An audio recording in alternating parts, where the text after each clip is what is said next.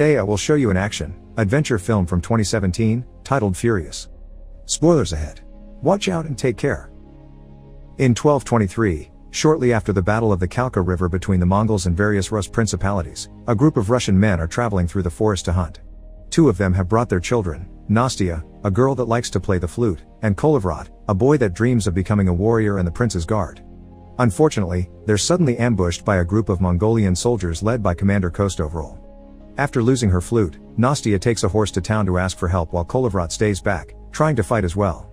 All the Russian men are killed and Kolevrot grabs two swords to defend himself, but before he can do anything, Kostovrol throws bolas at his neck and knocks him out. 14 years later, an adult Kolevrot wakes up tied to a bed with no memories and freaks out. Older Nastya is used to this reaction and rushes to his side to explain everything. The Mongols had left him for dead, so Kolevrot got to survive. Now he's a foreman in the prince's guard. He's married to Nastya and they've had 2 children together. Hearing these words and walking around the house helps Kolevrot remember, but he doesn't even get to have breakfast before one of his soldiers, Karkan, comes to pick him up to go to the city walls.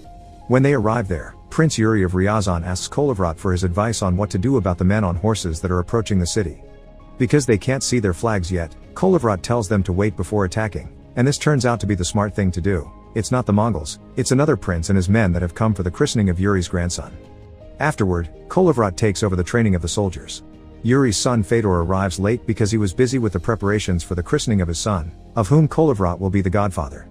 Kolevrot asks him to show his skills and Fedor gladly takes the challenge, but he only ends up embarrassing himself and leaving.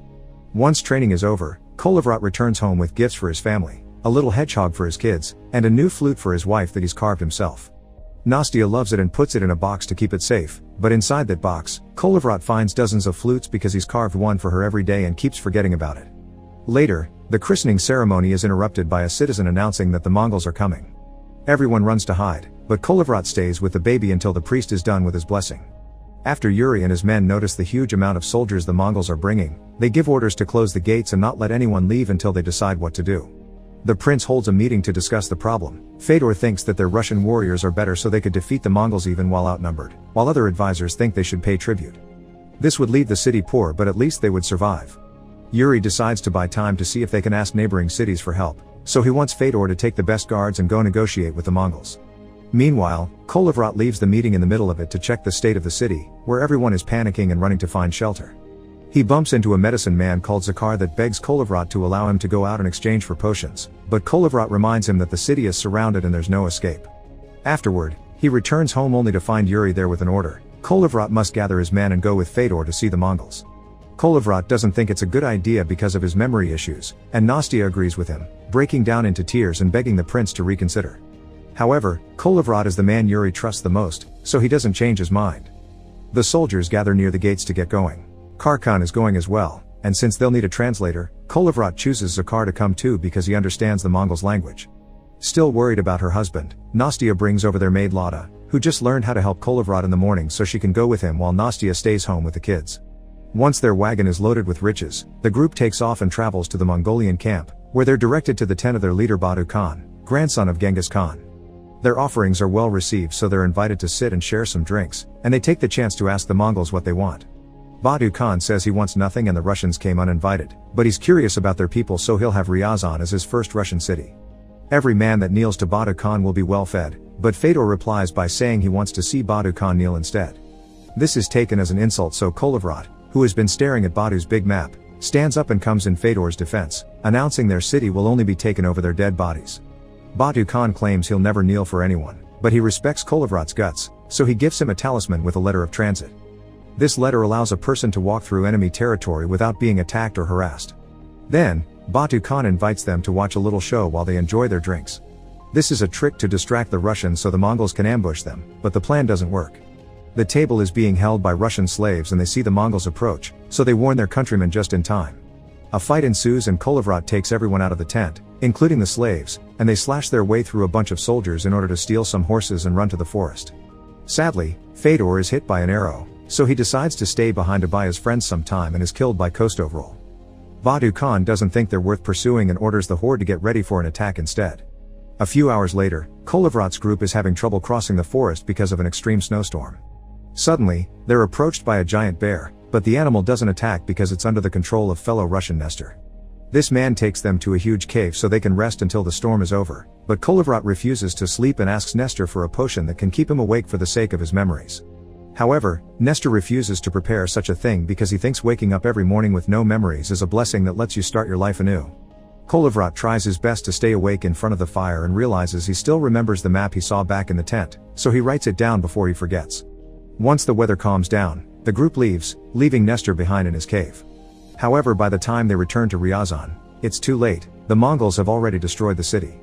Most of the buildings have been hit by catapults, the main bell has fallen from its rope, Yuri was killed by archers, Fedor's wife decided to jump with the baby before getting caught, and Nastya with the kids stayed in the house until it collapsed from a fire. After finding the flute he carved among the ruins of his home, Kolovrat gathers his men and together they raise the bell again to make it ring so any survivors will come out from their hideouts. There aren't many people left, and various of these survivors are children. Suddenly, someone announces that the Mongols are coming to finish them off, so Kolovrat quickly makes a plan. While everyone hides, he stays under the bell and pretends to let the Mongols capture him, but as soon as they come closer, Kolovrat attacks.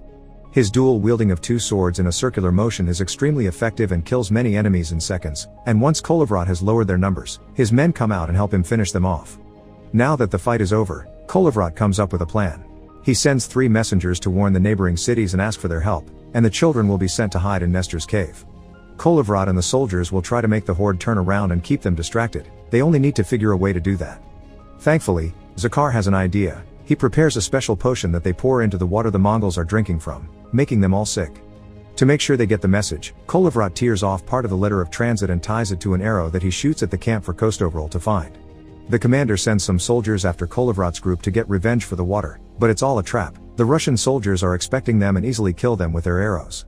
Once they're safe, Kolovrat passes out, not being able to stay awake any longer after 3 days of not sleeping. While the group sets up camp, Lada ties Kolovrat to a tree and watches over him while praying to the gods that he falls for her. When night falls, Lada wakes Kolovrat up so he can eat something. However, she unties him before she's done reciting all the important facts for him to remember, so Kolovrat escapes and attacks his friends. It takes quite a number of men to hold him down, and it's thanks to Karkan's words that Kolovrat comes to his senses. Then, Kolovrat apologizes to his brothers in arms and comforts a crying Lada. Meanwhile, 2 messengers safely leave the area and reach the neighboring cities, but when they talk to the princes, they refuse to help, preferring to stay behind and protect their homes. The 3rd messenger is hurt and passes out on top of the horse, so the animal gets lost and takes the wrong road. The following night, Kolovrat and his men sneak inside the Mongolian camp wearing costumes and face paint to make them think they're spirits. Some soldiers run away and the Russians kill the ones that don't too, then use the catapults to attack the Mongols with their own weapons. Before leaving, Kolovrat leaves another arrow with a piece of the letter so Kostovril knows who did this. As revenge, the Mongols capture the lost messenger to torture him. Kolovrat and his men hide in the forest and go to sleep early, confident that they'll get help in the morning. Lada tries to lay down next to Kolovrat, unaware he's awake, so when he turns to look at her, she thinks he's waking up and begins reciting the memories. This includes pretending to be Nastya, but Kolovrat calls out her lie before hugging her and reminding her she's all he's got left from home. When morning comes, Kolovrat goes deeper into the forest to check some weird noises, unaware that Lada is following him. That's how he finds the 3rd messenger's dead body, which was left there as a trap. Now Kolovrat finds himself surrounded by Mongols. While Lada runs back to camp to ask for help, Kostovril watches with awe how Kolovrat fights all the soldiers on his own as a snowstorm begins blowing around him. The commander tries to stop him with his bolas like he did years ago, but this time, Kolovrat stops them with his sword. As the storm gets worse, Nestor and the bear arrive, killing a bunch of Mongols and scaring the survivors away. When the soldiers return to their camp, they tell terrifying stories of what they just saw. Kostovril hadn't believed the trick of the spirits, but now he's seen Kolovrat command a storm and a bear, he's starting to believe as well. Badu Khan is disappointed by his men for believing such things and orders his army to turn around, determined to find a way to prove there's nothing magical about this war. Back to the Russians, Nestor frees the bear and joins Kolovrat's army. He's also brought a few men with him from nearby villages. The group celebrates when Karkan returns with some good news. Just like they planned, the Mongols are turning around and following them instead of going after the other cities. There's only one problem left, the sleigh full of children Nestor had been taking care of in his cave. Following Zakar's idea, Kolovrat decides that the group will stay behind and hold the line while Karkan takes Lada and the children to the river. There, they can hoist the sail on the sleigh and travel faster than any horse. This way, the survivors can rebuild a new Ryazan in the future. After the sleigh leaves, the men begin working on various traps and wait at the top of a hill for the Mongols to arrive. When Badu Khan finally gets there, He brings an immense army with him and wastes no time in sending some men after the Russians. This first attack fails because the soldiers fall for the traps and the archers, which make it difficult for the Mongols to climb up the hill. Meanwhile, Kharkhan finds the road blocked, so he frees the horse and asks Lada and the kids to help him push the sleigh through. The battle at the hill continues. The Mongols shoot their arrows too, and after taking down a few Russians, they finally climb up and begin fighting Kolovrat's men hand to hand. Nestor and Zakhar die while Kostoveril comes for their leader, but Kolovrat easily defeats him with a clean cut of his 2 swords. The Mongols still outnumber them though, so the Russian soldiers slowly fall one by one, but at least they protect the hilltop long enough for Kharkhan to reach the river.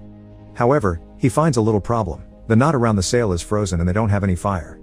Lada makes the kids breathe over the frost, which frees the rope and allows them to release the sail, so now they can escape safely. With only a few men left, Kolovrat defeats the remaining Mongols at the top of the hill and puts up his flag. Batu Khan feels like they're being ridiculed and sends a messenger to find out what the Russians want, but Kolovrat gives him back the same words they received a few days ago: they want nothing and the Mongols came here uninvited. As a furious Batu Khan orders his men to fire the catapults, Kolovrat notices the sleigh sail at the river, celebrating the survivors have managed to escape right before he's knocked out by a rock.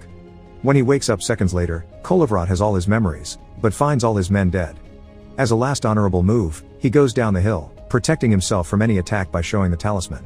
Kolovrat falls to the ground and tells Batu Khan one day his people will have their revenge, then drops the talisman on the snow, asking the Mongolian leader to take it back. Batu Khan does as asked and Kolovrat smirks, pointing out he did make Batu Khan kneel for him after all before dying. Batu Khan is impressed by Kolovrat's heroics, saying this would be the warrior he trusted the most if he were one of his, then asks his men to give him a hero's burial. 5 years later, Kharkhan is the leader of the Novgorod-Vladimir army.